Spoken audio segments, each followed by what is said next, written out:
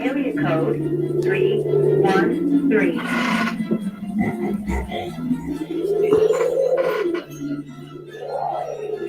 What? All my live niggas in the 313.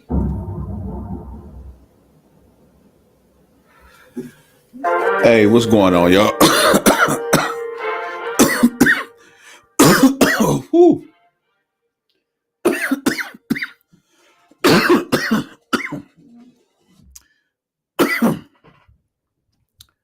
Lord have mercy, caught me a little off guard with them. Like to thank my man DJ Los for that intro. Love him to death. Shout out, check him out. DJ Los, you can find him on most most of those I'm sure all those outlets out there, Spotify, Apple, YouTube, Tidal. He out there, my man DJ Los. I'd like to welcome y'all to another edition of No Fan Sports Podcast. And I'm your host. I go by New, just simple NEW. And this is kind of like not a rebuttal, but what you call that? Just a little dive deeper into a subject I touched on slightly the other day. A little bit more in-depth look at the Florida State snub and that Charleston White. I'm sorry, to Cam Newton. I think he's got a podcast called Funky Fridays, I think it is. And obviously he's got some sponsors. It's very professionally ran. Look like he put a lot of thought in it and what have you. But we go touch on that a little bit more. He interviewed my man Charleston White, and you know I got a bucket list. I got a bucket list of like people and individuals I would like to meet. Not necessarily I'm always anybody and everybody you invited. Well, some of those people at that magnitude you invited anytime to stop by or engage here at No Fan Sports Podcast. I would love to talk to some of these other premium athletes, men and women out there or whomever. But I got a bucket list of people that I would like to talk to at one point in time. It's like, like if I can sit down and have a conversation with these people, what would it be like? Just to pick their brain. I posted one, but they actually two on the same. People were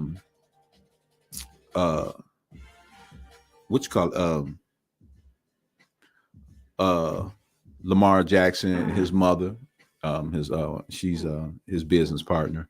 They on that bucket list. Would love to talk to Jim Harbaugh. He's on the bucket list. And it's some other folks out there that I follow.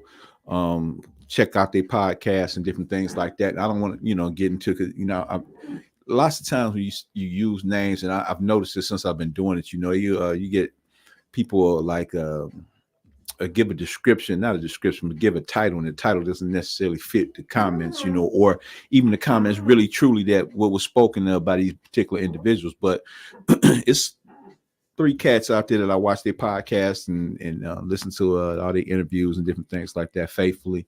And they all fit the B1 qualifications, of Black First qualifications that I like, in our Black men and women, because we need it, and I'm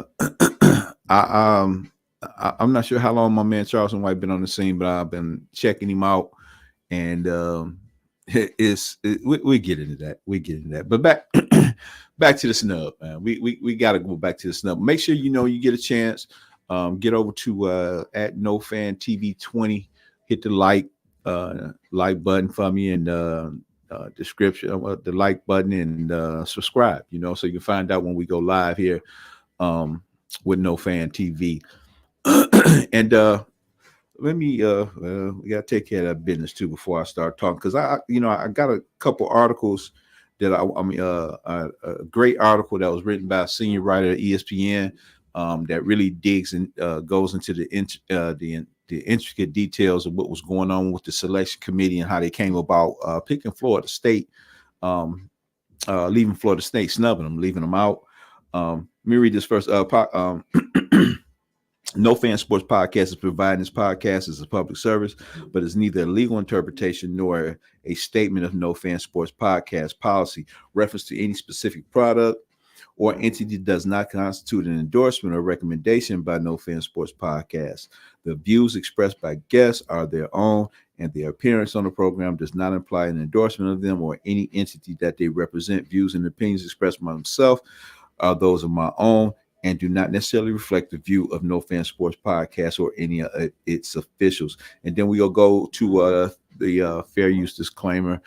Fair use copyright disclaimer under Section 107 of Copyright Act 1976. Allowances made for fair use and purposes such as criticism, comments, news reporting, scholarship, and research. Fair use is permitted by copyright statute that might otherwise be infringing. Nonprofit, educational, or personal use tips to balance in favor of fair use.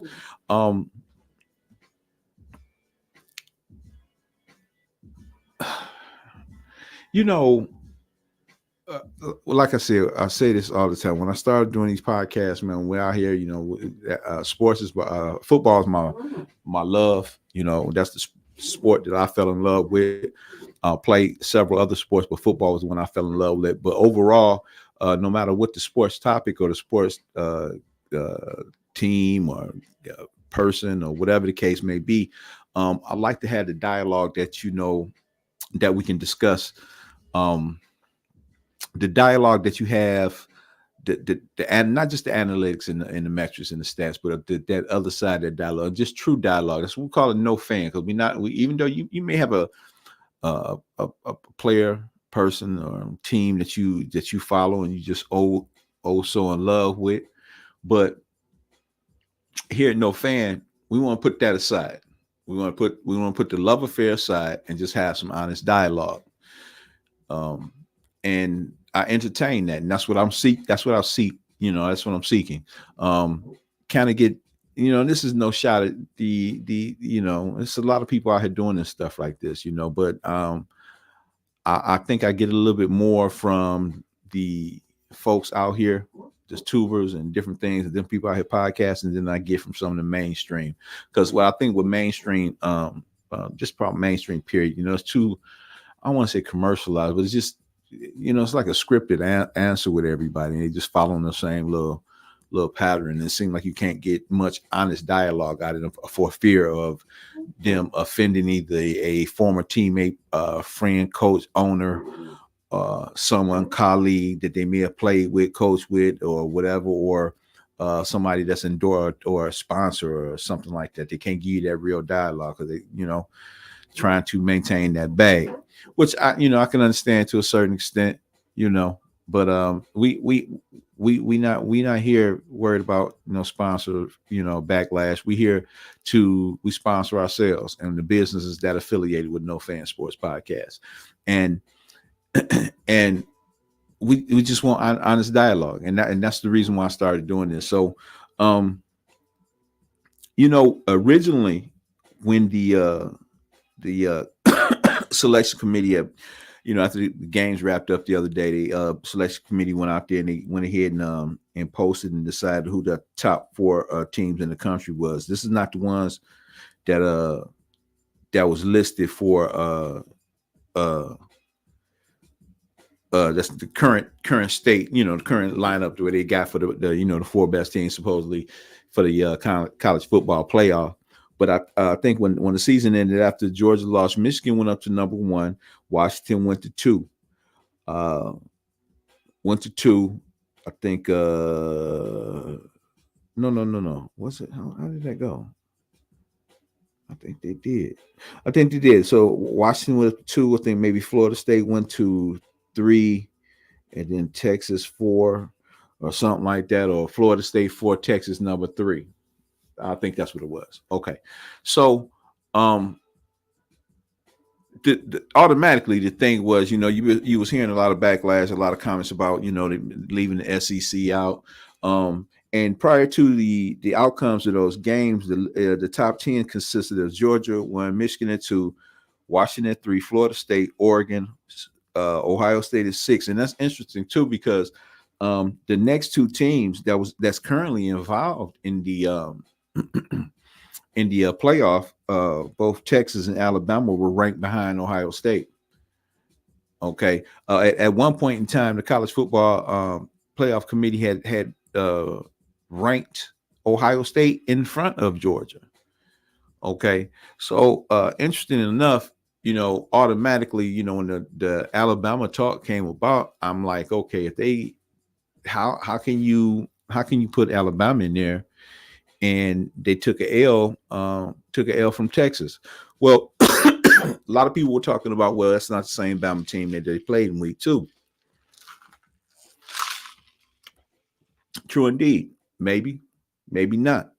But no team is the same or should be the same, from week 2. Okay.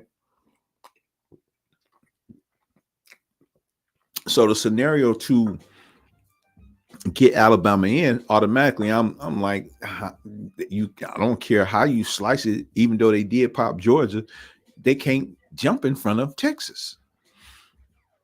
So lo and behold, how they alleviated or solved the problem through one of the little guidelines in the selection committee, which I'm gonna go through in just a second. They were able to come up with an idea, and like I said, automatically, as far as I'm concerned, you can't put Bama in without having Texas in front of them. You can't put Bama in and leave Texas out. Even if you leave Florida State in, you can't leave Bama in and skip over Texas. Well, they skipped over Texas where they was about to, but they ended up skipping over Ohio State.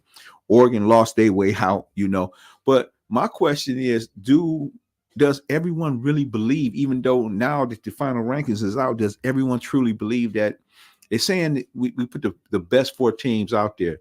I have a hard time accepting the fact that, aside for being Bama and Texas getting in there, which Texas, I think they were already lined up to be scheduled in there, but I find it hard or difficult to see where I don't recall any scenario when they had created a situation where they felt that any of the committee or the sports writers and everything like that had considered Washington being a number 2 to even be qualified as a number 1 team throughout the regular season.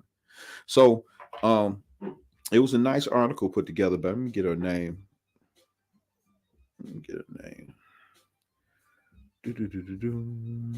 Yeah. Her name was she's a senior writer at ESPN, Heather Dinich, spelled Dinich. I left the article link. I mean the article, the link in the links in the description, so you can pull this article up yourself. It was pretty it was pretty intense. It was more of a detailed article on how the committee came about their selection and when the voting process. It talked about the voting process, talked about how they came about the selection of how many times they each voted, how the voting thing goes when nobody knows who votes for what. They all vote off the computer on their own personal laptops or whatever. And I think at one point they left and adjourned and came back the next morning and different things like that. And it was quoted as it got kind of hot and heated at one point. Then they said it didn't, but at the end of the day, they were able to come to some sort of, or came to an agreement to leave Florida State out. And this was, and this is, let me see, because from what I understand, from what I was reading, this is unprecedented. Well, the situation was unprecedented automatically because the leaving out a Power 5 undefeated team was already, was unprecedented. That, just the thought of leaving them out, they had already exceeded all kind of boundaries at that particular point. But there's some interesting little pieces. Like I said, it's a great article. I recommend that get a chance, go check it out.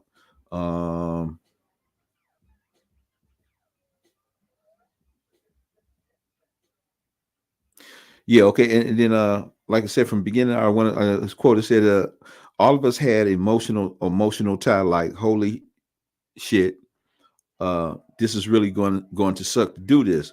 One committee member told ESPN, we talked about that over and over, and we just kept coming back to, are they good enough with what they have to win a national championship? And it just keeps coming back to, we didn't think they could. Now, this is the committee member speaking on the fact that, they're going over and over and over. And the biggest stickler point with the Florida State snub was the fact that they're starting, not only they starting quarterback, the backup quarterback went down. They was playing with their third string quarterback and the freshman. They went on to say there wasn't any discussion about the SEC being left out because the committee maintains that it talks about teams, not conferences. There wasn't any serious consideration to include Alabama without Texas, because see, that was one of the keys right there. Now I just made mention of that. How can you put Alabama in there and leave Texas out? That was so they already know they gotta create two slots. And it's a death blow that has to be handed down to a team. Michigan handled their business. Washington handled their business. Georgia didn't handle theirs. So,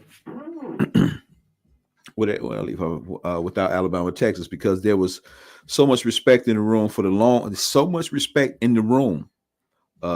Longhorns for week 2 win in Tuscaloosa. Now, this is what I also stated. Texas beat Alabama in Alabama week 2. I think it was a double-digit win. That's got to be their juice. That's their juice. If you go love Alabama, you got to love Texas for what they did. No different from Alabama popping Georgia, okay, even though it was the last game of the year or the conference championship. There also wasn't enough support in the room to deem Georgia unequivocally one of the 4 best teams in the country. The standard for terms that don't win their conference title. Okay, so they was held back because one of the arguments for them was that they didn't win the conference title. They lost the conference title to Alabama. So I guess if you look at it, it's essentially something to the effect where how the Michigan Ohio State conference final, which it ended up that way, pretty much knocked Ohio State out of the potential or the runners to even be able to be talked about in the playoffs. And I alluded to earlier, though, how can you allow both of those teams to skip over Ohio State as well when both were ranked below Ohio State? So I would also think Ohio State has an argument too, just the same. They go on with other pictures. It says here. Instead, the crux of the debate into the wee hours of Sunday morning centered on how to elevate Florida State, which beat Louisville with this third string quarterback after both Jordan Travis and his backup Tate Rodemaker were sidelined by injuries. While the Seminoles defense impressed the committee and had all year, there were significant concerns about Florida State's offense. Okay. It says here, so what they doing at this thing is speculation at this point. Because now I do, naturally, yeah, you dropping down tiers if you down to your third stringer. They third string for a reason. But this is a young freshman from what I understand. So, and that's another thing about that. This is a young freshman. I got to go look this young man's name up. But anyway, what kind of load is that to lay on a young man pressed into duty? We often hear the terms next man up. Young man pressed into duty, and the college committee just said that Florida State not good enough because they playing with a freshman quarterback, third string. What kind of weight, what kind of burden, or how do you think that young man feels? I know how I would feel. I'll be upset, and that's like bulletin board material for me. I'll be on a mission, from this day forward. to make sure you remember me, you know. And then maybe some of the pressure he may be getting from his locker room. You got a lot of players involved, a lot of people involved in that. And, you know, because of him, the rest of those other 50 or 100 young men and staff can attend. So I can only imagine that, you know, the burden being so big, you know, because of this decision. So essentially it's because he not good enough. They go on, undefeated Michigan had had won the Big Ten. Undefeated Washington won the Pac-12. Alabama knocked off selection committee's #1 team, Georgia, to win the SEC. And the one loss, Texas, which easily won the Big 12, had knocked off the ACC champion in September. So, and now Florida State have found a way to win again. So it says here, it was in the final leg of the complication in what was already the most difficult, controversial decision any college football CFP committee has had to make in a decade of 14 playoff. It's been 10 years now. Okay. Wow, time flies. Never before has an undefeated Power 5 conference champion been excluded from a college football playoff, but never before have 7 Power 5 teams. And now that was another reason why it made it odd and kind of made it easier for them to make the decision. So now you got 2 circumstances that never had happened before. Okay. 7 Power 5 teams finished in the regular season with 1 or fewer losses. Quote, we've never had a year with 8 teams at the top as good as these are, and 5 conference champions 1 through 5. Executive Director Bill Hancock said, my feeling is it probably was the toughest. Okay. So they had a couple set of circumstances that had never happened before. So the situation just was getting stranger and stranger by the moment, but it also was leaving them a room, in my opinion, for an exit that they felt comfortable enough of sitting their hat on. And it seemed like it would make sense for everybody, and they have answers for those screaming and hollering about Florida State being overlooked. But they got bylaws in there that's already covering that.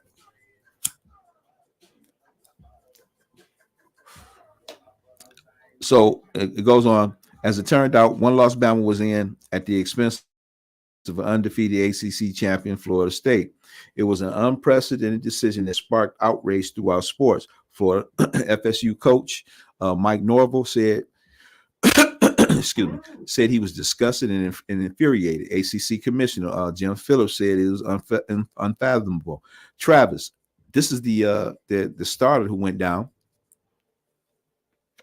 The Seminoles injured quarterback said he wished he had broken his leg earlier in the season so the committee could have seen that the team was still great without him. That's a leader there, though. That's a leader. It wasn't until the ACC championship game began to unfold, though, that the members in the opinions began to truly take a shape. The group concerned as it watched the Noles struggle to get the first downs and in the first half. There's a section. Now, see, this is the thing. They say watch them just struggling in the first half. So now it seems like even though you have certain rules, you're still getting opinions here on how they. And this is how they selected the old college championship before they even had the playoff. You know, it was a group of men got in there and they had they boom, boom, boom, boom, and they come out with a national champion. So pretty much it seems like the same thing to me. But the whole thing with the playoff, in my opinion, was to give opportunities to those 2 teams that was somewhat of deserving and have a wee chance of maybe possibly upsetting somebody and making their way to the to the championship and winning one. Equal opportunity. That's what I'm assuming what this playoff was about originally anyway, right? So where is that at? So now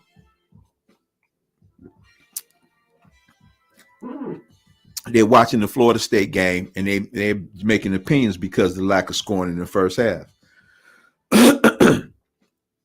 So the reading on it says there's a section in the committee's protocol that specifically refers to the unavailability of key players that may have affected the team's performance during the season or likely will affect its postseason performance. End quote. So there's a rule. It says that allowed the committee to do something and intentionally avoids every other week they looked ahead. So that was a decision that they made. So they based it on third string quarterback, but and the inability for them to score points in the first half. And this is something I've been saying around sports, especially a lot of sports deal with this, but football is kind of taking its turn too. We at this age now, I call it video game sports, where you got many fans. The defense is not really a thing for them. They come out to see numbers, a lot of points, and they think that, and for a lot of people, that's exciting. Me, I'm not one of those persons. I like to see a combination of both. I don't really like it. I don't like it on either side. Even though some teams can win one-sided like that, but I like to see a good mixture of both of scoring and some defense involved. Blowouts. The sports that I participated in, I never liked playing in blowouts. Whether I was, your starter or right. Well, I didn't have that problem, but I just like the blowouts. Not that you get pulled from the game or anything like that to go sit down or anything, but it just was somewhat boring. The competitive nature in me wanted to have a combat on, and in the middle of the field, where it should be. So they go on. It says that people may not believe it, but we don't say, "Oh gosh, if we vote this way, the SEC is going to be left out." No, I don't believe that. One source said that never came up ever. We literally look at teams, put them in against each other, and say who did they beat, who did they not beat, who have they beaten on the road, what's their strength of schedule. Look at the matrix of all the data. In the end, though, the difference between Alabama and Florida State boiled down to the committee's written protocol, particularly the emphasis on the strength of schedule, which gave Alabama the edge, and the section that allowed the committee members to project what Florida State might look like in a semifinal without their star quarterback. So that rule, that protocol came into play, and it laid the foundation for them to be able to make that decision.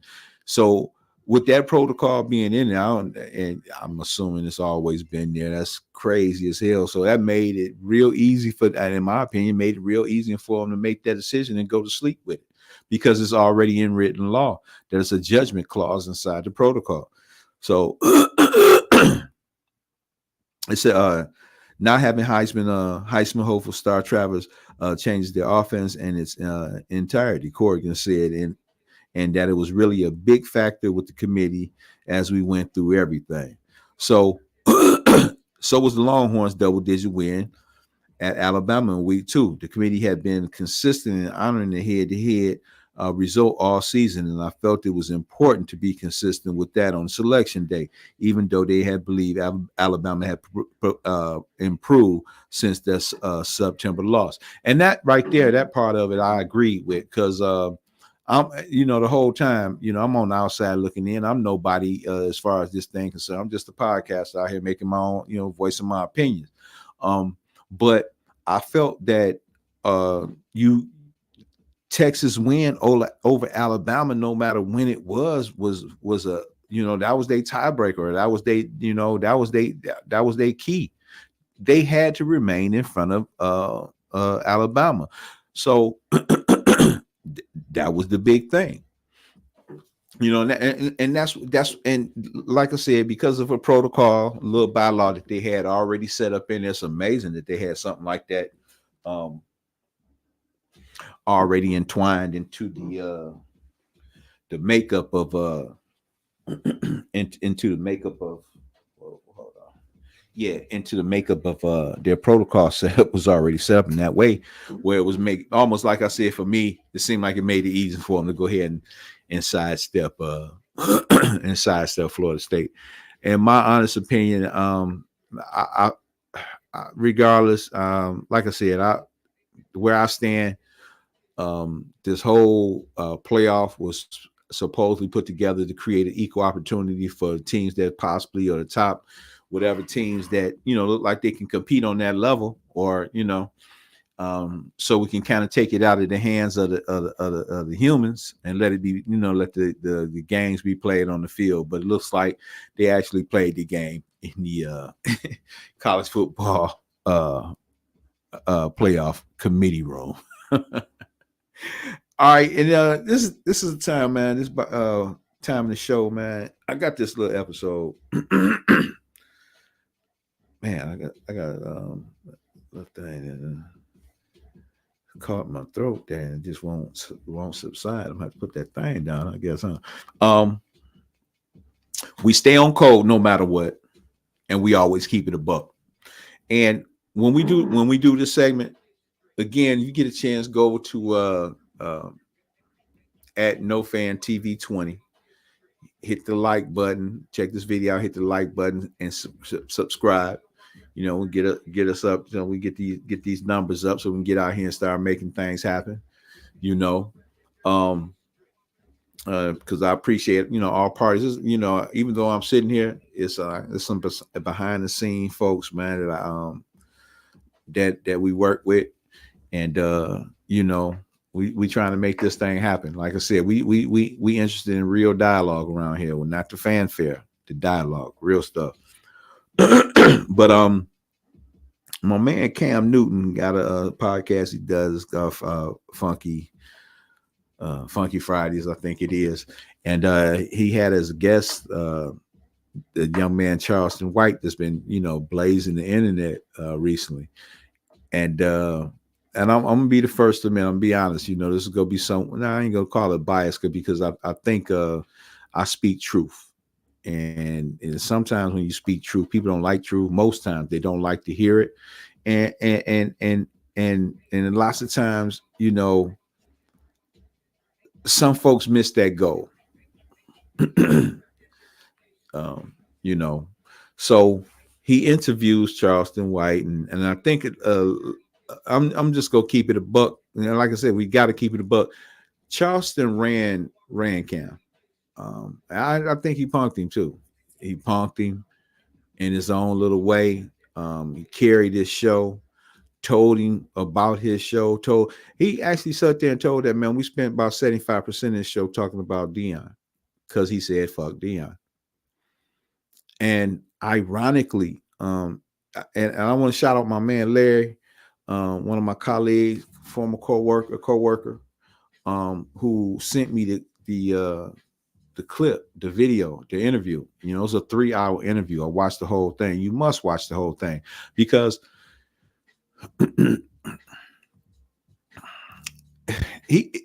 Cam felt belittled.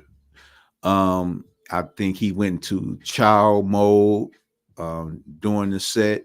Most definitely felt he was the bigger, the stronger. So you must listen and you must deal with what. I mean, I understand that's his show.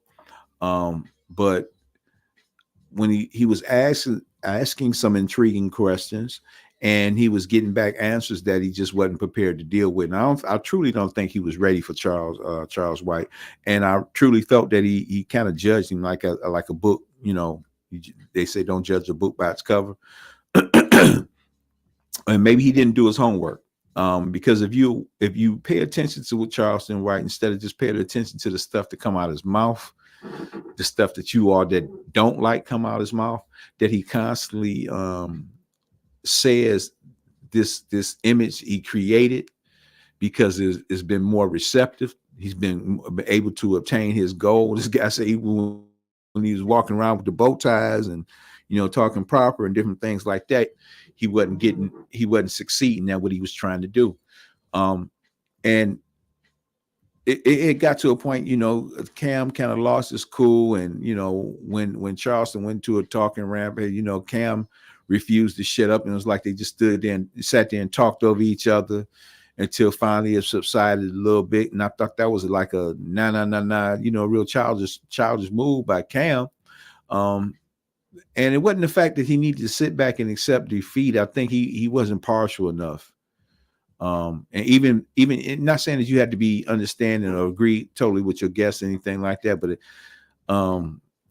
he didn't even have an agree to disagree mode. I think, and the biggest problem was him and what Charleston is really truly representing.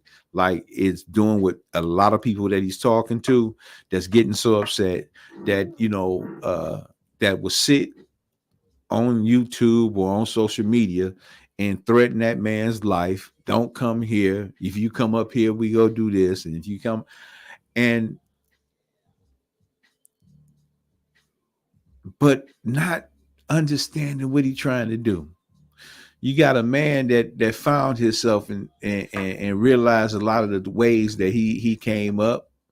And this goes, and how he came up. This goes on to, like, I was talking about what is that oh my goodness, what's their name? Oh, what is that? T.I. had a little incident with his son. Okay. And with that podcast too, you should go back and check that one out. I also showed where Michael Irvin was talking about his son, Tuck Tarantino or something like that. He's a rapper, and he bagged on him, man. Told him he grew up in a 20,000-foot gated community. And I had spoke on that because I always had it, and I know some people that this happened to, or that did, or a situation like that. I had several friends, some folks decide, get up, move my children safer environment and send them to these schools, this, that, and the other thing. And I did, I lived to get on that, and but yet and still, no matter all of the things that was given to some of these kids, they still revert and want to go back and fall in love with the struggle. They fall in love with the struggle. It's a love affair with the struggle. And I never understood that. I don't listen. If I grew up with a silver spoon, it's gonna stay silver. But the difference thing with me, I'm able to communicate with all walks of life. But if my mother and father did all the dirty work already, I don't need to go back in there. The dirty work is done. They already did the hard part. Why do I have to take? They've provided me with a nice, comfortable situation, but yet and still I'm in love with the dirty work. And like I said about T.I. saying, if that's what you want to do, you hard, you real super hard, this, that, and the other thing. Tell you what, let me give you the hustler starter kit. The hustler starter kit is nothing. So that, living off of my name, or what have you, I provided this atmosphere for you. Let me give you the hustler starter kit. The hustler starter kit is nothing. It is nothing. So I never understood that, So, you got Charleston out here that, he grew up a middle class. He tell you in this interview, this is a great interview. And even though I'm kind of bagging on Cam, man, shout out to Cam Newton's Funky Friday for even entertaining him as a guest. And he made reference. He wasn't even getting paid to do that. Man, please go watch the interview. The link is in the description. Watch the interview in its entirety. Listen to what the man says. Not necessarily the delivery, but pay attention. Cam, was on here, and even Charleston himself, he told us, man, you can spend 75% of this show. You ain't talking about nothing that I came to talk about. You talking about Deion. And he said, fuck Deion. And he explains why. He explained it to him several times. Each time that Cam tried to say, man, you don't really feel like that. And Cam thought that Cam felt that he was talking real big for such a small man. And yeah, and I sensed that. So even when he told him about, you can't slap no women. If I'm around somebody, you ain't gonna be slapping on, won't. He's like, that's cool too. You got a few choices. Uh jail, jail or hell or whatever. And he told him on more than one occasion, I'm willing to die for what comes out of my mouth. And I spoke that myself on more than one occasion. But he's standing on something. That's what we're really getting down to.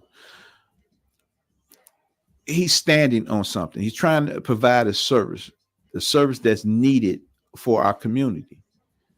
The folks that's left out, as he calls it. Somebody got to break the cycle, and that's what he chose. This is what he chose to do. So his stance on Deion Sanders was exactly my stance on Deion and the move that he made leaving Jackson State.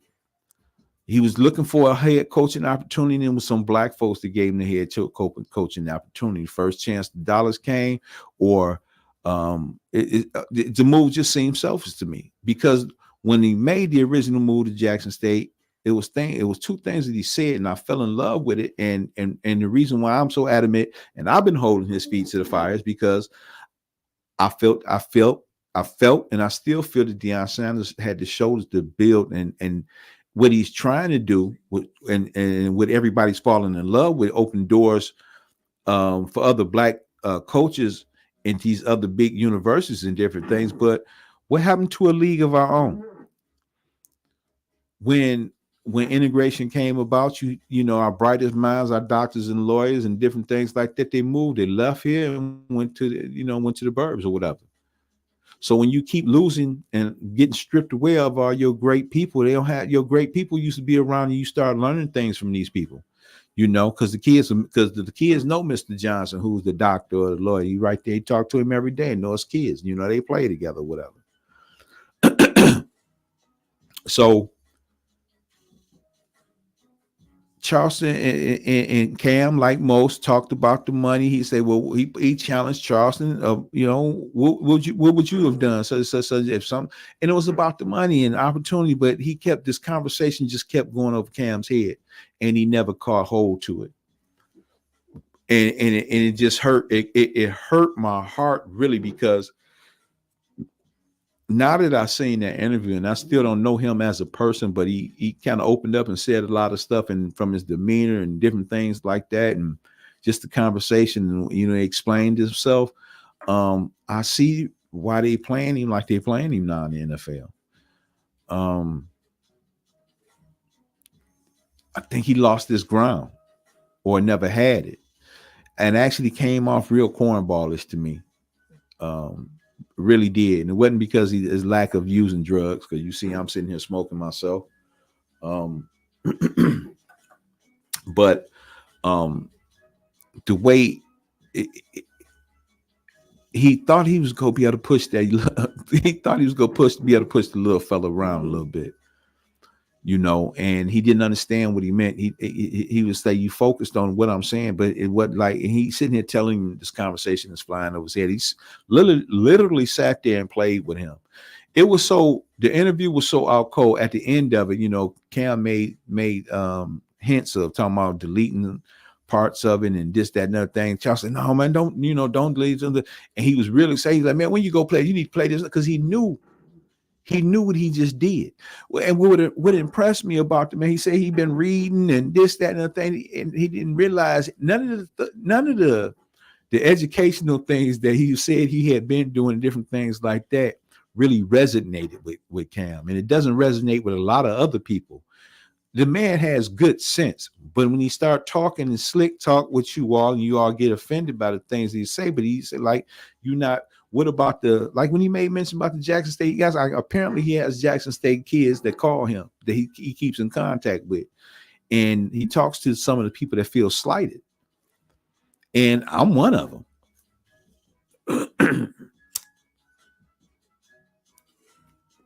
Well, you tell me you've been called and this is bigger than football. I know what that means. So what Cam and many of you all and many others is not understanding why he's trying to change the dynamic. You can greatly change the dynamic and tilt the the playing field when you, with all the charisma you have and what you did while you were there at Jackson State, the cameras follow. The cameras follow, the money come too. You knew it wasn't no money at Jackson State when you went because you was called. So when you tell me you was called, that means money was never part of it.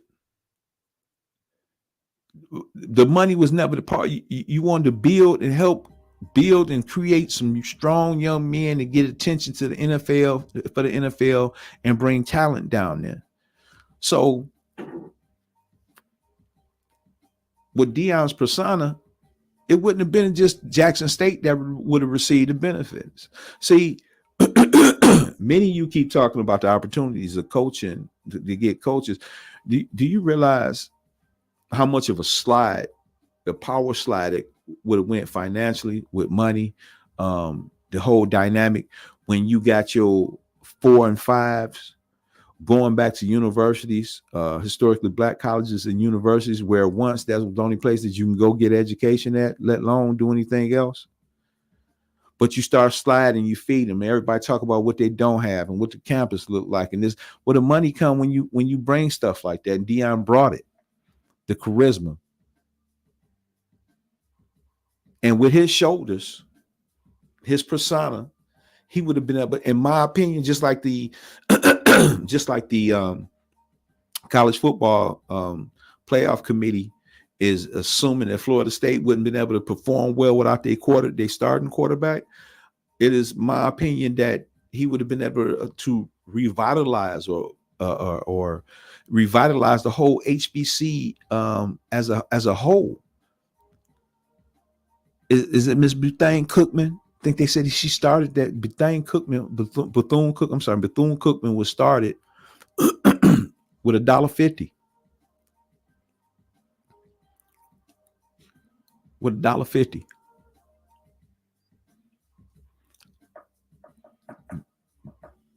That's being called with $1.50. Historic HBCUs has historically been underfunded and overlooked. Deion was there to help guide the light. He said he was called. And unfortunately, like I said, Cam and everybody else, the conversation with Charleston, the overall goal is flying over everyone's head. And he keep telling y'all, but y'all keep making him rich.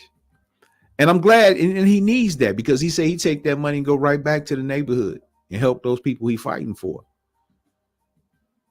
So I hope he stay hot. I hope he continue to do what he's doing. And I guess things don't get good until you start pissing some people off. But while he's pissing them off, is helping young men and women that don't have opportunities like many others. And even though he grew up in a middle class family, he left good stuff to go hang out in the neighborhood. Man, for folks, man, I never in my life, man, I would never have done anything like that. I grew up in a neighborhood where it was, somewhat rough. There were certain people you run with. The only people I ran with the only gang I ran with was my football team. People I played ball with. Those are people I ran with. Knew everybody that was doing whatever they was doing, but that's who I ran with. I ran with the football fellas. Okay. But this is a man who had firsthand, dealings with Deion and everything else. And it seemed like he said, you made this whole show about Deion. And again, the interview was sent to me. I appreciate it, because this is the stance that I had and been feeling. I'm just not, I'm not out here like that. But that was my feelings exactly. Y'all listening to him, but y'all can't hear Jimmy. Y'all listening to him, but you can't hear Jimmy. Man, look, hey, go check out the interview. The link is in the description. Go check that interview out. And if you get a chance, you didn't check the show out live, man. Hit me and make a comment. If you leave a comment, just let me know. Use a day late and a dollar short. Go check out that interview. If you and I ain't saying you gotta understand or it may change your mind, but I know it's the gentleman that sent it to me said it changed his mind.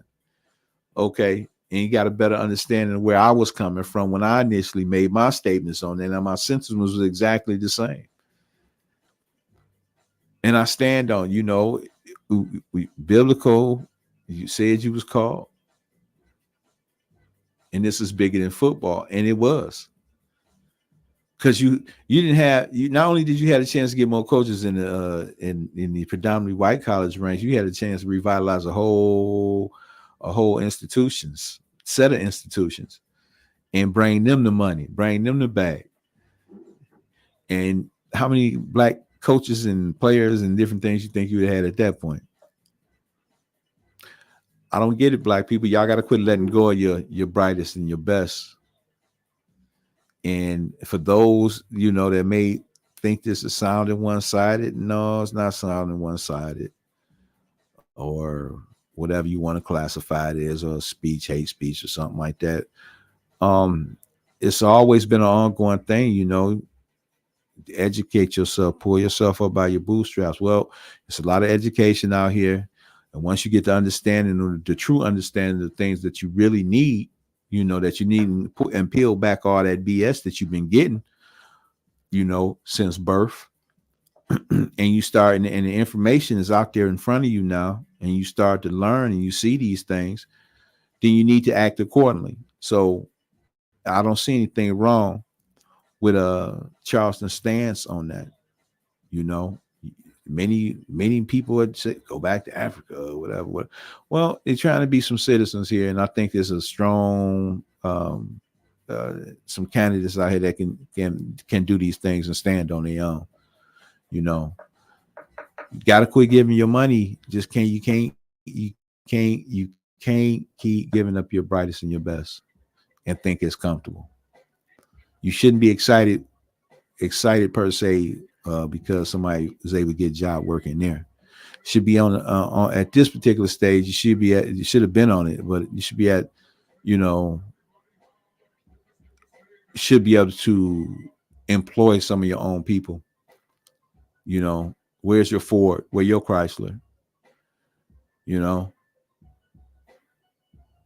At one point in time, had industries and different things like that. They were taken away.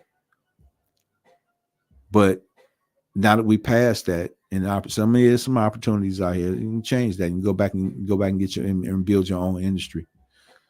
I'm gonna leave on this note, and it's kind of sad because I remember when I used to hear this as a kid. We'd be out ready to go play ball or whatever, and